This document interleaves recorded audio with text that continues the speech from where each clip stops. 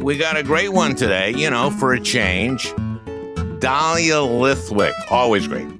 Always great. Dahlia is the best, and we're going to go straight to it because I was not able to cover this last term of the Supreme Court last week. It was the 4th of July weekend, and Dahlia jumped on with me earlier this week.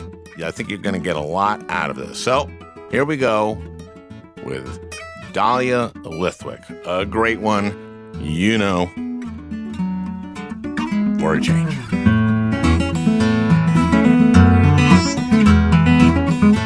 Dahlia, thanks for doing this. I know you've had to talk through these, and this will probably be your last one. I thought you'd probably gone on vacation. And have you? Am I getting you from some lake in Canada or something? You are getting me. No, it's going to be another week of trying to chew these opinions over in public because nobody knows what any of them mean or how to work around any of them. Oh, good. So you're mid-chew. Yes, my face runneth over. I'd like to talk about, we know what kind of one of the major ones are. There's religion and free speech versus public accommodations, I guess, which is the Colorado one where this woman received a letter from a non-existent person. What was that? Or he was an existent person, but he wasn't what it said it was, right? He was certainly not seeking to have her create a wedding website for his same-sex marriage because he'd already been married to a woman for a really long time. Correct. So the case is called 303 Creative, and it's kind of the follow-on to Masterpiece Cake Shop. People remember the baker also in Colorado who didn't want to bake a wedding cake for a same-sex couple. Same thing, basically. How is it different? How was this one taken up and that one not? Well, and after that had been decided. Two things. One, quite obvious, that was decided when Anthony Kennedy was the swing justice on the court, and now we have Justices Gorsuch and Kavanaugh and Barrett. And so when that case was decided, the court more or less punted it away and said, we can't get to these sort of intractable constitutional questions. We're just going to mumble something about how that case was handled in the Colorado Civil Rights Commission. So the real reason it comes back to the court is because there were groups that were waiting for the composition of the court to change and to bring functionally the same case with a receptive conservative supermajority. The other thing that's important, really important, maybe more important even than the letter from the guy who didn't send the letter, is that there's no one refused service in this case because nothing happens. Laurie Smith, the web designer, never made a wedding website, never tried to make a wedding website, never refused service to any same-sex couple, and was never disciplined under the state's public accommodations laws. So this is entirely a case about somebody who wanted to do a thing, never did it, brought a case. And what that means for our purposes is there's nobody on the other side of this case. The only human being in this case is the web designer, for whom the court has immense solicitude. Justice Gorsuch, heartbroken over her suffering, but there's nobody else. So we don't even have somebody on the other side to say, I was refused service. It's an entirely hypothetical case, never, ever should have been granted. And the fact that the court used it to create a carve-out to public accommodations law under this compelled speech theory is breathtaking.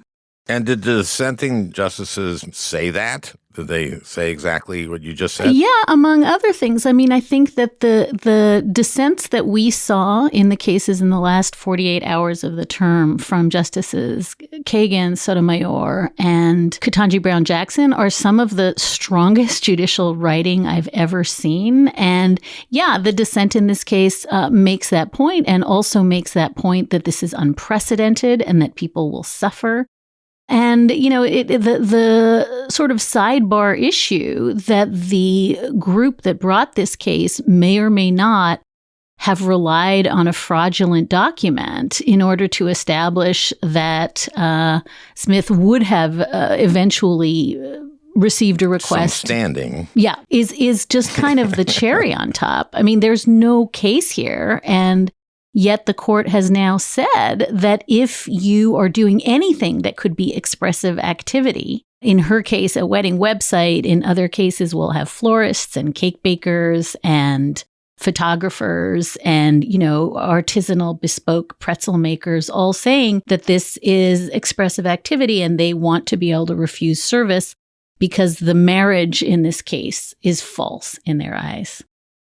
Okay, and on top of that, a real issue here, this is a public accommodations case as much as it is a religious free speech case, right? Right. This goes back to those cases from the 1960s where we had, hotels and diner, exactly, that refused service to Black travelers.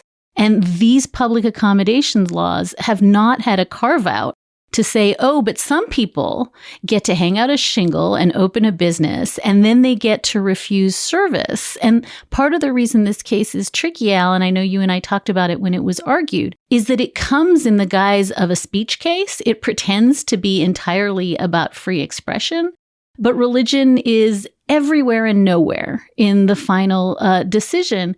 And this is really, I think, going to be another one of those places where your religious notion of what is a real marriage, or I want to withhold funeral services for someone because they were gay, or I want to withhold, any number of services that are not necessarily expressive, that I can work around the public accommodation laws that go back to those cases that really did have a huge effect in keeping places from discriminating. It's shocking, and you're completely right. It's not just about speech. It's also about being able to enter the stream of commerce to say, I am a business provider and I can hang out a sign. I mean, she wants to have on her website a sign that says, I do not accept all comers. I discriminate against protected classes. Including Black Muslims or Jews, I suppose. I don't know where that ends, and I don't think the conservatives on the court even mentioned it. I think they said it was just a free speech thing, right? I mean, don't forget when Loving versus Virginia, that was the case that came up about an interracial marriage, right? Yeah. That was also rooted in the district court in religion, right? That God didn't want the races to mix and marry. So racism right. I remember God didn't want that. Yeah. Right. God doesn't want them to mix. And so racism was deeply, deeply intertwined with these religious objections. And the idea that this doesn't sweep in people who say, I just don't believe that the races should marry, so I'm not photographing your kid at school. Nobody can figure out what the limiting principle is, both on how this stops at, anti-gay bias and also what constitutes, quote unquote, expressive activity. Neither of those things are super clear. And part of the thing that's so stressful about this case is, much like Dobbs, it raises more question than it asks. And we can all fight to the death about what the limiting principle is. But the truth is, we've learned the only limiting principle is what Neil Gorsuch says it is next time. Okay, let's go to some other one of these. The affirmative action case, which this idea that, everybody's equal now. There's no difference. There's no difference in poverty or in wealth, and no difference in what quality school you go to and what your family structure is. There's just no difference. I thought that Ketanji Brown Jackson wrote a great dissent there, pointing out just the history.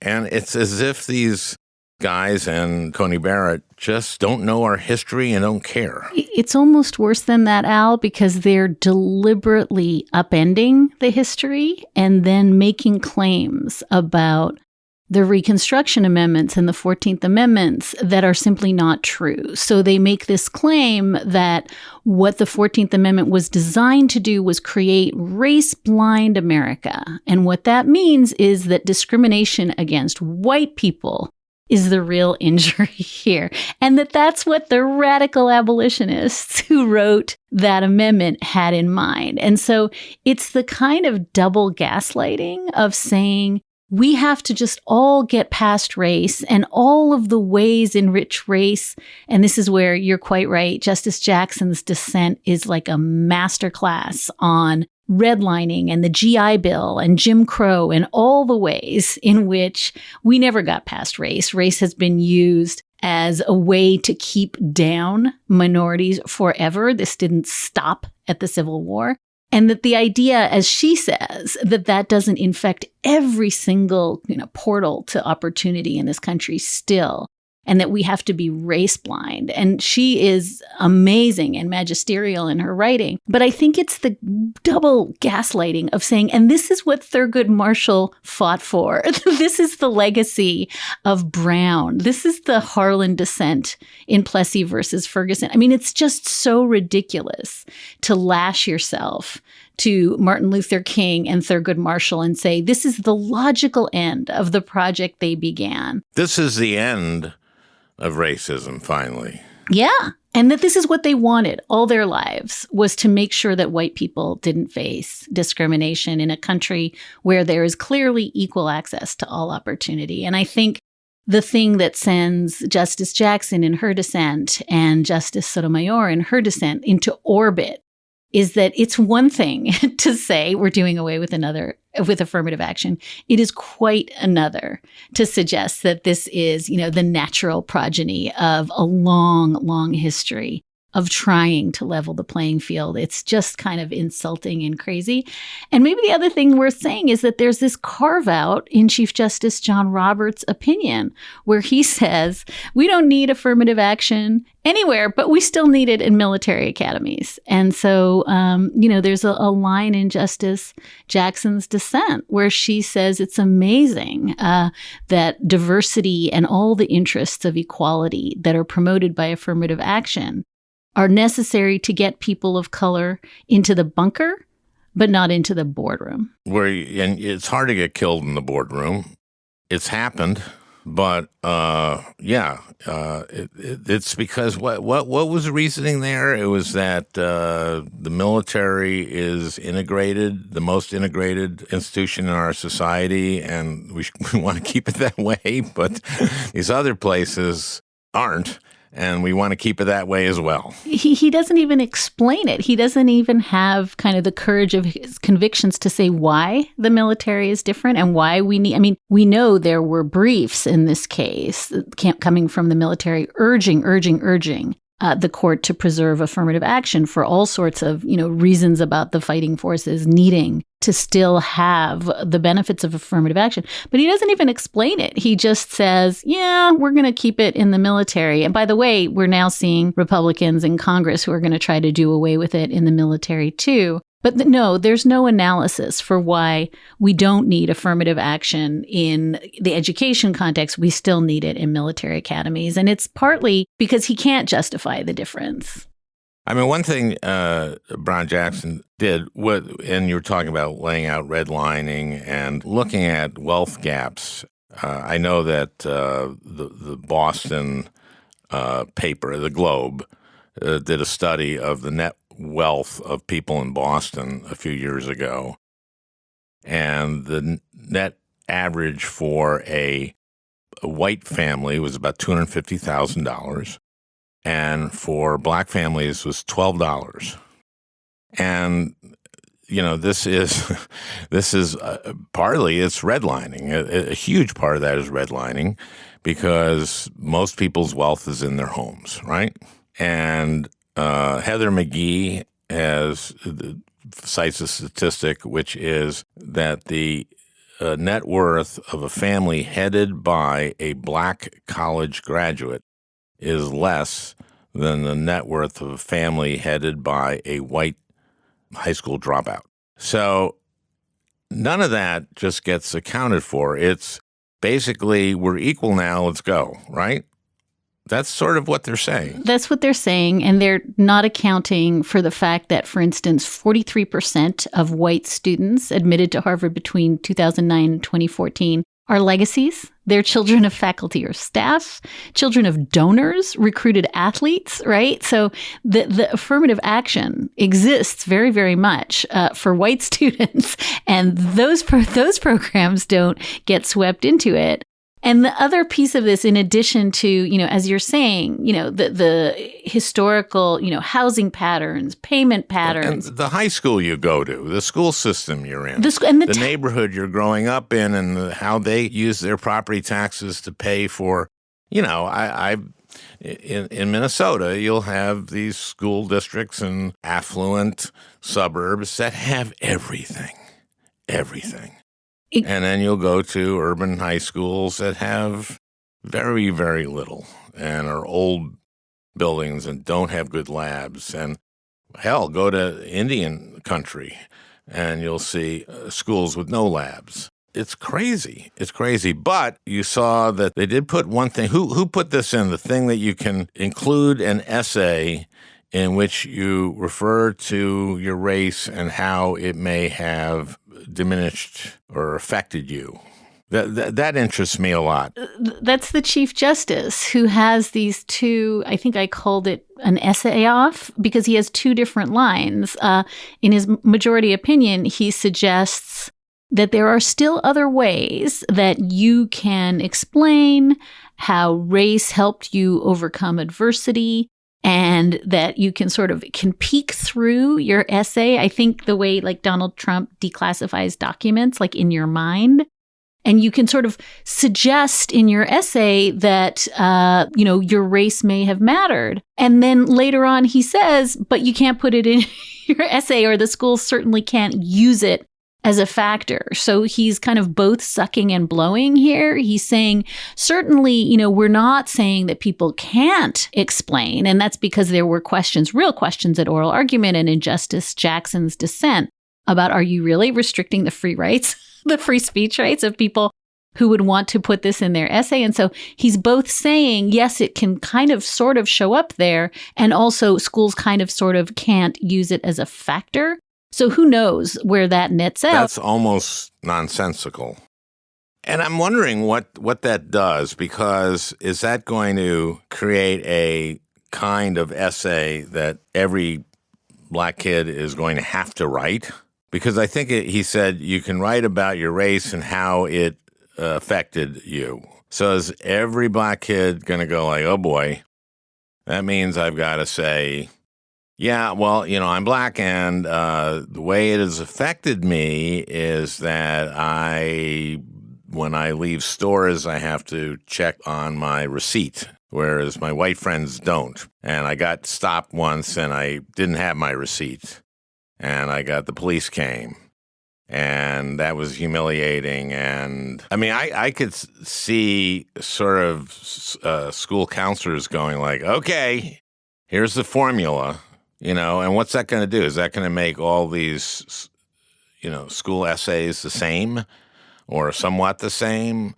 Or should a funny black kid just write, okay, I'm black, I've been discriminated against. Is that good enough? Now let me tell you about my interest in botany. I mean, this one really got me. Because it's so wrong. It is so wrong. And this was, again, the 6-3, right? Yep, 6-3. And one other point maybe worth mentioning, that the American Medical Association had a brief in this case that showed, quote, an overwhelming body of scientific research compiled over decades confirms that diversity literally saves lives by ensuring that the nation's increasingly diverse population will be served by healthcare professionals competent to meet its needs. Mm-hmm. And essentially what they're saying is that we have this huge dearth of people of color offering service for people of color. People die because of pain management, because of, a whole host of issues. And that this is literally a case in which not having the medical profession be as diverse as it could be, people's lives will be harmed. And it's just such a funny, for the Chief Justice to sort of say, well, you can do these kind of bat signals about your race. Nobody is precluding that, but we're not going to tell you how you do it. And as you just noted, So good luck trying to figure it out. And then you have the anti-affirmative action groups. This guy, Ed Bloom, who's been spearheading these challenges, including the Abigail Fisher challenge. They're already saying any school effort to use anything as a proxy for this, we're going to come after. And so it essentially moves the goalposts, right? We moved them in Bakke. You can't have quotas. It can be a factor. And then in the Michigan cases, it can be sort of a soft, mushy factor. We just keep moving the goalposts and suppressing, like pushing deeper and deeper underground, exactly the conversation we should be having about race and how it affects you and how important it is in the classroom and how we learn better when we have diversity. And then the Chief Justice in this perfect catch-22 says, well, none of that is measurable. We can't figure it out. Well, it's not measurable because you're not allowed to talk about it. It will be even less measurable now. Did they talk at all about the fact that they are overturning precedent? Because there were these other cases that had, but I didn't see that. I didn't see them saying, well, we're overturning Bakke, we're overturning this, we're overturning that. They explicitly did not, even though it seems that they clearly overturned, Bakke from 1978, Grutter, the Michigan cases, Abigail Fisher. They clearly overturned almost a half century of precedent. The person who says it, parenthetically, is Clarence Thomas in his concurrence, where he's like, woohoo, we just overturned all those cases without saying so. So it comes up from Clarence Thomas, and it comes up in Dissent, but it's part of that kind of sneaky... It comes up in Dissent, of Yes. course, saying, hey, you guys, you're overturning precedent. It's so weird because all these guys talk about precedent in their hearings. And I remember Kavanaugh on Roe said that it was precedent, and then because of Casey, it was precedent on precedent, so it was super precedent. And I was watching this, I wasn't there then, and I wanted someone to ask him, oh, so if it's super precedent, does that mean you can't overturn it? No one asked him that. And if he had said no, I said, well, would super duper precedent prevent you from overturning something? Because he actually said it's super precedent in his hearings, and then he overturned it. So, of course, we kind of knew that meant nothing, but no one called him on it. I think there's two moves here. One is the Trump appointees who all said that it was, settled matter of law, settled rule of the court, super precedent, as you said, precedent upon precedent.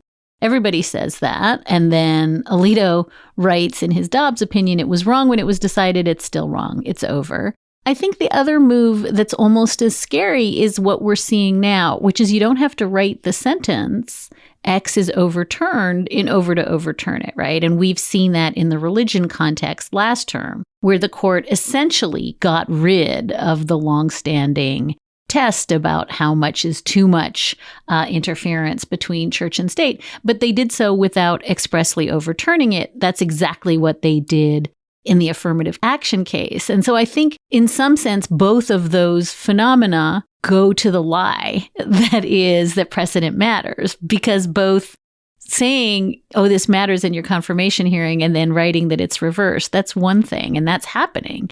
The other thing is to say, oh, precedent matters, therefore we're preserving it, while hollowing out to the core what that case meant is just the same as overturning a case.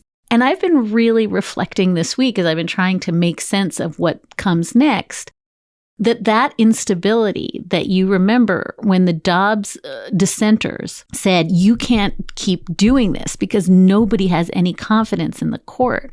And by the way, that's Elena Kagan's dissent in the student loan case. You are eroding confidence in the court. What they're saying is, if you just willy-nilly change stuff all the time, nobody has any reason to believe that the next thing isn't coming too. And that the reason precedent matters is because it gives people something to cling to, right? Like some piece of like flotsam that this still exists. And when the court is saying like, oh, we did this thing, but we didn't do it, or we didn't do this thing, but we did it, or we did this thing, but we don't care, the public is left to say what's coming next, because they've given us no confidence that the thing that is coming next isn't another overturn. Well, I think, again, the Supreme Court is going to be an issue in the coming election. Maybe not as strongly as Dobbs, But I think that people, there are not as clear, like in affirmative action. I think people are much more divided than they were on abortion, right? I think that affirmative action is much more ambiguous. What polling suggests that public opinion is much more ambiguous. I will say that I think people care a lot about the environment, and the court really, put a dagger in the heart of the Clean Water Act earlier this term. Yeah, that one is. Let's talk about that, because this is Waters of the U.S., right? Mm-hmm. And Waters of the U.S. has basically said that if water flows into, you're a farmer and you use fertilizer and there's runoff from your land and it goes into a creek, and that creek goes into a river, and that river goes into another river or another body of water, and eventually works its way somehow to the Mississippi, say, or the Missouri, and then that ends up going down to the Gulf of Mexico. We have dead zones at the bottom of the Gulf of Mexico, huge dead zones where nitrogen has created all this algae and dead zones, and there's no fish. And this is ruining our water. And then we have laws about this, and it's called Waters of the U.S. And what was the decision on this? Was this 5-4? Yeah, it was 5-4. The case is Sackett versus the EPA, and the court essentially adopted a definition of waters of the United States that Justice Scalia had floated in 2006, but it was not the law of the land. And basically, under this opinion written by Justice Alito, Clean Water Act only applies to waters of the United States, which they define as traditional interstate navigable waters to a relatively permanent body of water, and basically says that everything we know, everything that science now knows, that you just explained, about how it doesn't matter if you can float a boat down. That's not how water works. We are now going to just live in a world where, and one of the amicus briefs says this, about 51% of the nation's wetlands are now excluded from the Act's protection. And that's it. It's done. And there's nothing we can do about it. And that wetlands, which act to filter water, that slow the seepage of pollution, all of that is gone, because Justice Alito rewrote the Clean Water Act to say, nope, this is how we're going to read it. And it's devastating. It's another one of those incredibly consequential cases that kind of escaped our notice. And folks will remember that the court did the same thing last year with particulate matter and clean air. This is the court sort of ending, again, decades and decades of work from a time when water was on fire, trying to control for that. Well, that got us the Clean Water Act. Yep. But Alito, by the way, I still think that Roberts is as bad, in some cases not worse, than Alito. Well, no, take that back. He's just as bad as Alito and Thomas, in that I think he just plays it very cleverly and gets his main goals done, and does it in a very conniving way. And remember, he was one of the 5-4 in Citizens United. He wrote Shelby County. He's as bad as any of them. Am I wrong? You're not wrong. And listeners may recall that a year ago, the headline was, Roberts has lost the court, right? Because he joined the dissenters in Dobbs. He joined some of the folks in a shadow docket case about changing the Voting Rights Act, and said we shouldn't be doing this on the shadow docket. It looked as though he was just sort of sulking off with the losing liberals, and that it had become the Thomas and Alito court. This term, if you look at those last big cases, right? Affirmative action, that's him. Debt forgiveness case, that's him. He's the winningest justice this term. So the sort of tales of his demise were clearly exaggerated. I think it's fair to say in a lot of ways it's the Roberts court. And the explanation for that is exactly the thing you just said. Roberts has always had a formula, which is do a huge thing and call it a small thing, right? And he did that with Citizens United. He did that with Shelby County. That's his play. And what he managed to do this year is two things, and they're both worth noting when you read all the op-eds that are like, oh, it was a surprisingly moderate term, and look at the surprising wins for the left this term. One thing is, when you decide a case like the Alabama, right, Section 2 of the Voting Rights Act, Allen v. Milligan. Right, and that gave the 2nd congressional district to a black majority. Right. It fundamentally upheld what was left of the Voting Rights Act. That was a crazy case. That was an insane ask that the Alabama legislature brought to the court, and John Roberts and the majority said, no. That's a status quo case. All they did was preserve what's left of Section 2 of the Voting Rights Act. That's not a win for the left. And by the same token, the Moore v. Harper case, which you and I have talked about, that's the independent state legislature theory. That was another complete piece of crack pottery that comes from a North Carolina legislature that's essentially advancing an unhinged theory that state Supreme Courts cannot rule on what state legislatures do with election practices. And the court said no. Again, preserves the status quo, doesn't move the goalposts, but changes nothing. Those are not democracy affording decisions. And we just kind of breathed a sigh of relief because as crazy as that would have been, it would have been incredibly destructive. Exactly. These are Overton Window cases. These are cases that say we can shift the Overton Window on affirmative action, on agency power, on free speech to get around public accommodation law. We're going to not just kick down the Overton Window. We're literally like building a condo next door with a new Overton Window.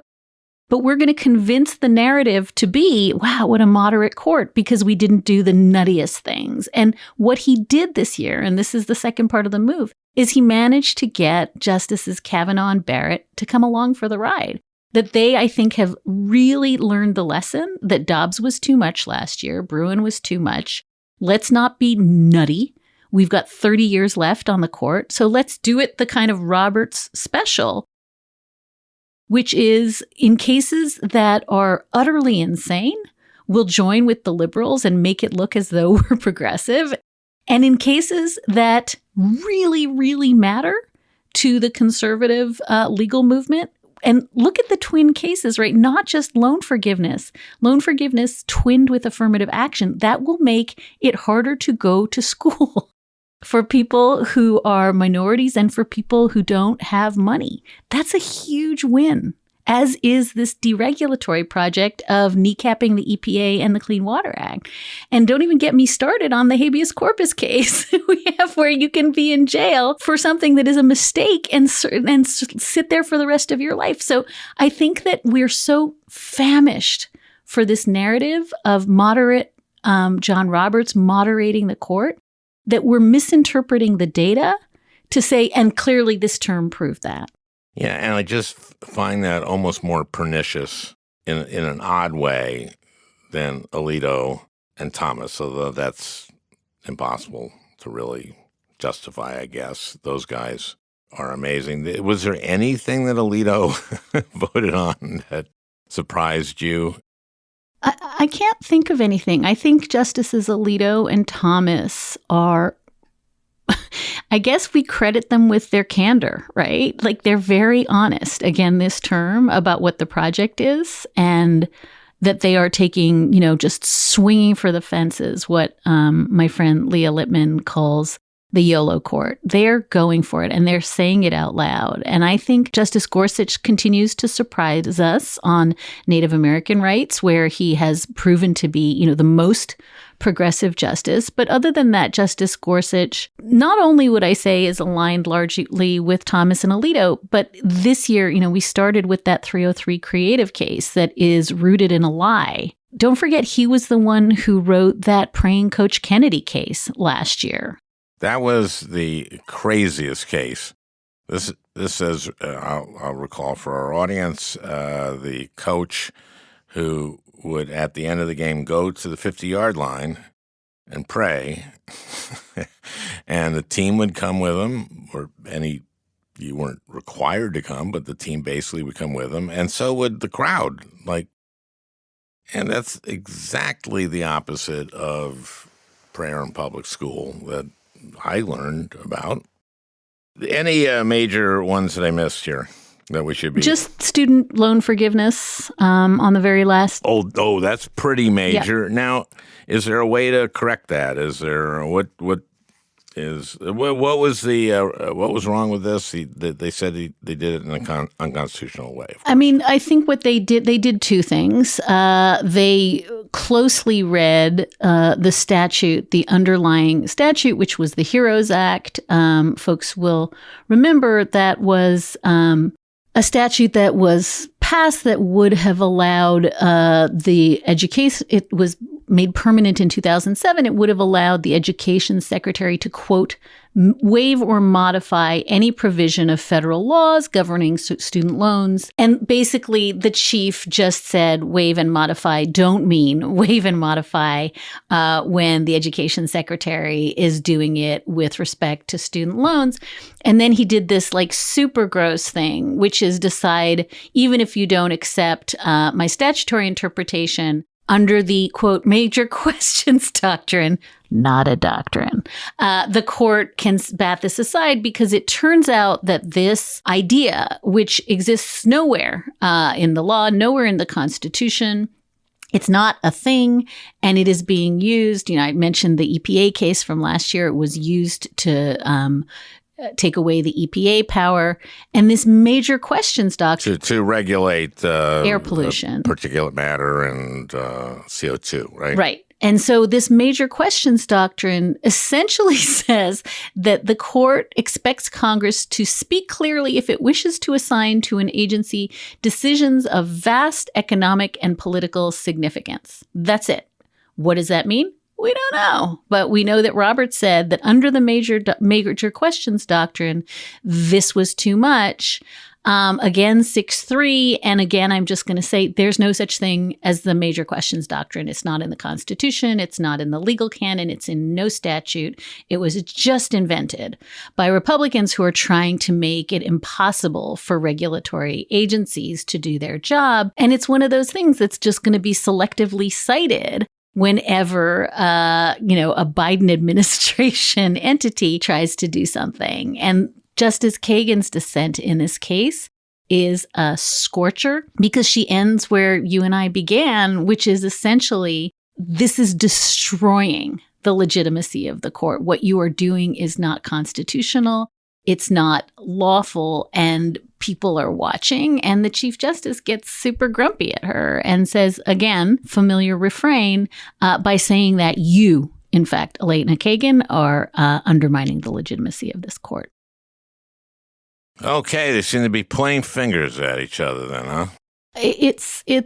We're in this massively depressing moment where, as one revelation after another about I went, salmon fishing, but I took an empty seat on the plane. So it was I didn't even go at all. And I didn't have to disclose travel because I don't know why. And the bottles of wine weren't $1,000. We're in a moment of such insanity in terms of judicial misconduct. And the Chief Justice, and this kind of loops back to what you were saying about how he always plays this really deft game of saying, I'm just protecting the independence of the judicial branch. I'm not, in the tank for anyone, but I'm not going to testify before Congress, and I'm not going to let you, impose an ethics, enforceable ethics code on me. And I'm not even going to answer to any of this because that would mean that you are destabilizing the court. And he is up to his ears in the quicksand of making these monarchic arguments about how nobody tells us what to do because we're the Supreme Court. And I think that in tandem with these decisions are doing exactly the thing that the court doesn't want, which is keeping them on the front page of the papers week after week, month after month, barreling into the 2024 election. Well, I certainly hope, and there'll be another set of these decisions before the next June, before the election. Hopefully, once again, there'll be an issue in the all so important 2024. Thank you, Dahlia. Thank you, Al. Sorry this was not very happy, but really, really a lot of people will have their lives immiserated again as a result of this term. Well, I hope you enjoyed listening. That beautiful music is by Leo Kottke, the great Leo Kottke. I want to thank Peter Ogburn for producing this podcast. We'll talk again next week.